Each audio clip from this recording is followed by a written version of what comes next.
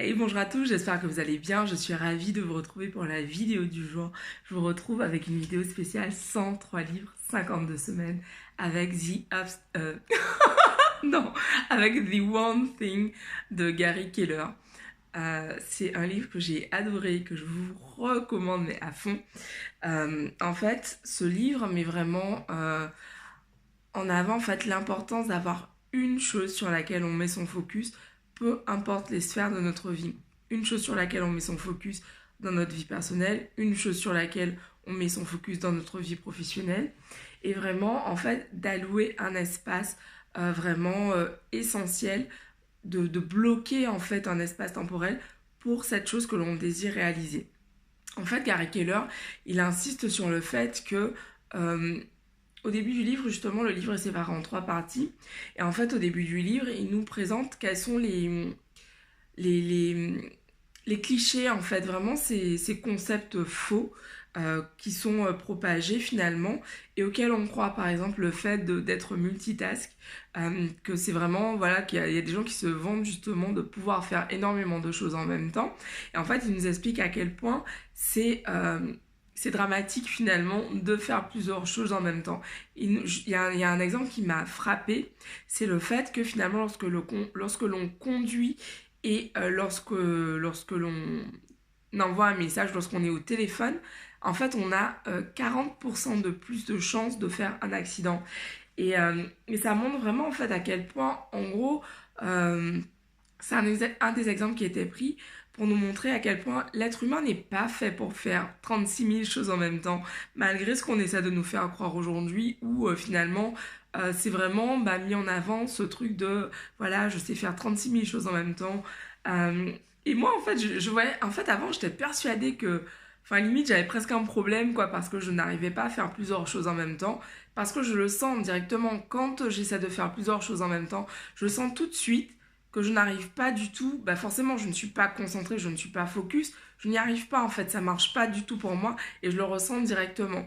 Moi j'ai besoin vraiment de me mettre quand je travaille, quand j'étais en entreprise, ce que je faisais c'est que je coupais mes alertes sur les courriels, sur les mails, je coupais en fait toutes les notifications pour être certaine que quand je suis sur mon fichier Excel en train de travailler mon budget, je n'ai aucune distraction. Et voilà, et vraiment j'étais à fond dans mon truc, je coupais la sonnerie de mon téléphone pour éviter d'être dérangée, pour être vraiment à fond sur mon one thing. À l'époque, je connaissais pas ce truc de one thing, mais c'est exactement ça le concept. C'est que quand tu es sur une tâche, tu y es à fond et tu enlèves toutes les distractions possibles. Donc tu coupes ta connexion internet, tu coupes ton téléphone, tu demandes à ne pas être dérangé. Et ce que j'ai trouvé génial, c'est que dans le livre, Gary Keller nous explique finalement que ce sont des systèmes qui sont mis en place dans certaines entreprises et qui fonctionnent en fait parce que la productivité des employés est vraiment décuplée. Donc j'ai adoré ce livre et d'ailleurs au début du livre en fait on retrouve ce proverbe russe qu'on trouve au début de Mindset de Carol Dweck. If you chase two rabbits, you will not catch either one. Ce qui veut dire si tu chasses deux lapins, tu n'en attraperas pas un seul, forcément, parce que les deux vont partir dans deux directions différentes et c'est juste impossible de pouvoir courser les deux à la fois. Et c'est exactement la même chose pour ce qu'on désire réaliser dans notre vie.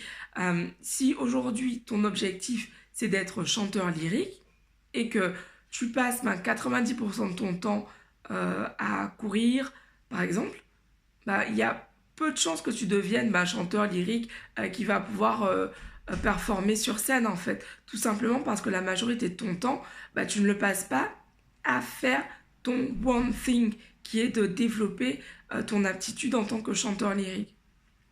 Dans le livre, en fait, on a retrouvé également énormément d'études dans lesquelles on nous montre à quel point être vraiment investi sur une chose, c'est indispensable.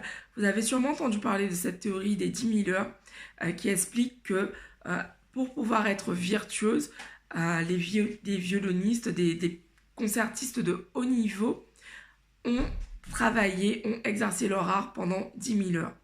Et c'est exactement ce que l'auteur nous explique en fait. Travailler durant 10 000 heures, exercer son art pendant 10 000 heures, c'est ce qui permet de faire la différence. Et développer son one thing, c'est ça en fait, c'est mettre son focus 10 000 heures sur ce que l'on désire réaliser. Et pour cela, en fait, Gary Keller nous propose vraiment un plan qu'on peut, à notre niveau, mettre en application, vraiment de booker 4 heures dans notre journée qu'on dédie spécifiquement à notre One Thing. Je vous invite vraiment à lire le livre, il est disponible également en français. Comme d'habitude, j'ai fait le choix de le lire en anglais parce que mon objectif est d'être la plus proche possible de la pensée de l'auteur et de continuer à développer mon anglais. Mais j'ai adoré ce livre. J'ai adoré ce livre. Je sais que je dis ça chaque semaine, mais décidément, les livres que j'ai sélectionnés, là, je kiffe, j'adore. C'est vraiment... En fait, Gary Keller nous explique vraiment à quel point ton one thing, être à ce point dedicated, engagé vers ta réussite, finalement, engagé sur ce one thing, c'est la certitude de pouvoir atteindre tes objectifs, en fait, parce que quand on met en place ce one thing, finalement, on décortique un but plus global en petites étapes, en fait. Je vous ai souvent parlé de ce truc des baby steps, et en fait, c'est vraiment ça, c'est la petite étape qui te permet d'aller à l'étape suivante, hop, l'étape d'après, etc., etc., et qui fait qu'au final, tu atteins tes objectifs. Franchement, faites-vous un cadeau, lisez ce livre.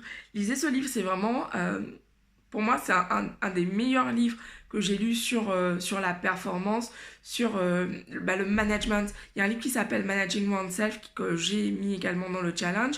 Mais ce livre est vraiment, vraiment top parce qu'il allie à la fois l'aspect mindset et également l'aspect pratique, c'est-à-dire comment je fais pour mettre ça en pratique dans ma vie.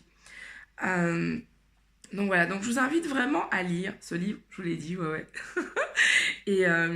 Et d'autant plus qu'à la fin, on a vraiment des façons pratiques de pouvoir adapter cela.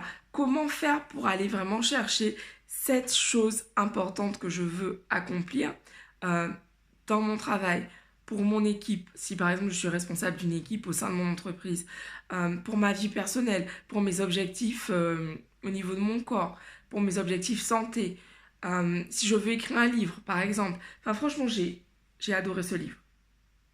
Je vous laisse là, je vous embrasse, je vous dis rendez-vous demain pour une nouvelle vidéo.